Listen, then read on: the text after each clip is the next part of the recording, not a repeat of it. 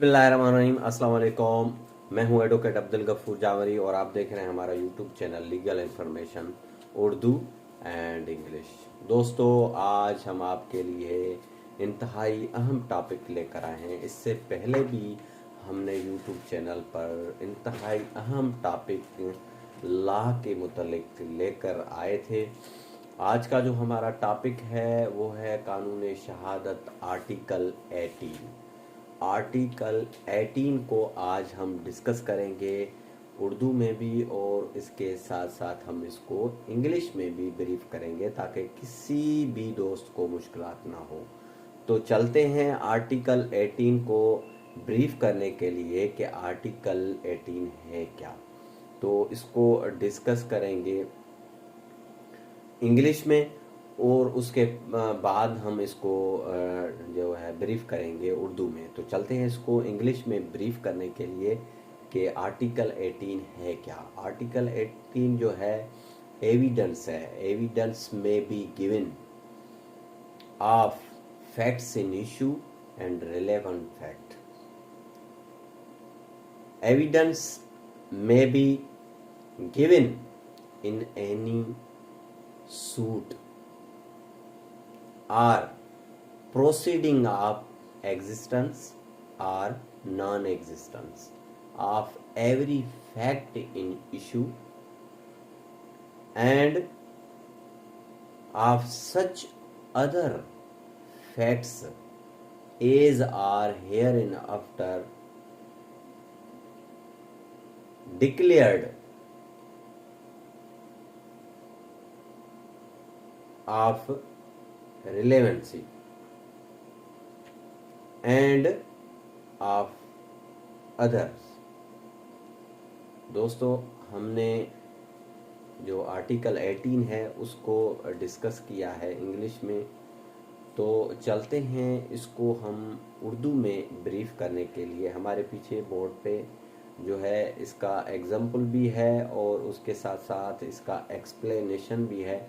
तो एग्जाम्पल भी पढ़ेंगे और उसके साथ साथ हम इसका जो है एक्सप्लेनेशन भी पढ़ेंगे। अभी हमने इसको ब्रीफ किया है, एविडेंस को उसकी डेफिनेशन बताई है। तो चलते हैं इसको हम जो है उर्दू में ब्रीफ करने के लिए। जो आर्टिकल 18 है वो क्या कहता है? वो ये कहता है कि किसी भी मुकदमे या कार्रवाई में मसला में मौजूद हर हकीकत के वजूद या अदम मौजूदगी और उस तरह के दीगर हकायक का सबूत दिया जा सकता है जिन्हें बाद में मुतल्लिका और दूसरों के बारे में करार दिया गया है। इसका हम एक्सप्लेनेशन वजाहत करेंगे। This article shall not enable any person to give evidence of a facts which he is disentitled to prove any provision of the law for the time being in force relating to civil procedure।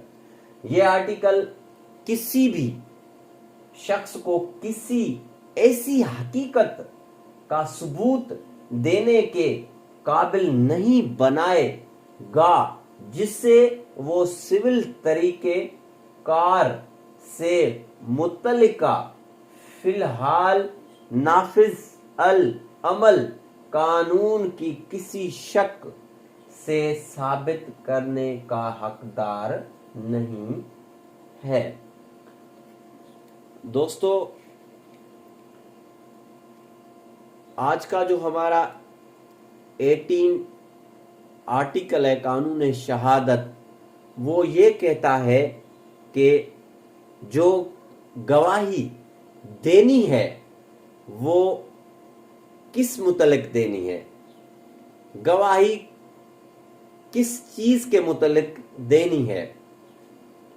किसी भी civil suit के अंदर या किसी भी case के अंदर, चाहे वो क्रिमिनल केस हो या चाहे वो सिविल केस हो, उनमें हमेशा जो गवाही दी जाती है वो दो चीजों पे गवाही दी जाती है। वो कौन से दो चीज हैं उनके मुतालिक गवाही दी जाती है किसी भी केस में? वो नंबर एक है facts in issue. Facts in issue it means principal dispute, यानी मेन फैक्ट है। ये प्रिंसिपल डिस्प्यूट मेन फैक्ट है, उसके मुतालिक एक गवाही दी जा सकती है। नंबर एक ये था। दूसरा, such other facts that are relevant, और दूसरी उसके मुतालिक जो उस ऑफेंस के मुतालिक कनेक्टेड हो, लागू हो, उसके साथ जो है उसका कनेक्शन हो, किसी भी ऑफेंस के साथ कनेक्शन हो, उस कनेक्शन के बुनियाद पे गवाही दी जा सकती है। फॉर एग्जाम्पल हम ये बताएं कि भाई जब ए का मर्डर हुआ, बी ने किया, मैंने उसको अपनी आंखों से देखा, ये फैक्ट्स इन इशू है। और रिलेवेंट फैक्ट क्या है? जिस रात ए का कत्ल हुआ उस रात मैंने बी को इसके घर के बाहर देखा, ये इसका जो है रिलेवेंट फैक्ट है। तो इस दोनों चीजों की गवाही दी जा सकती है किसी भी केस में, सिविल हो या क्रिमिनल हो। इन दोनों चीजों के मुतल्लिक गवाही दी जा सकती है। ये है आर्टिकल 18 ऑफ कानून शहादत। मुझे उम्मीद है कि आज का हमारा ये टॉपिक आपको बहुत ही अच्छा लगा और आप इससे शॉर्ट्स नोट्स बनाएं ताकि इन फ्यूचर आपको किसी भी प्रोसीडिंग में या किसी भी एग्जाम में काम आए। शुक्रिया।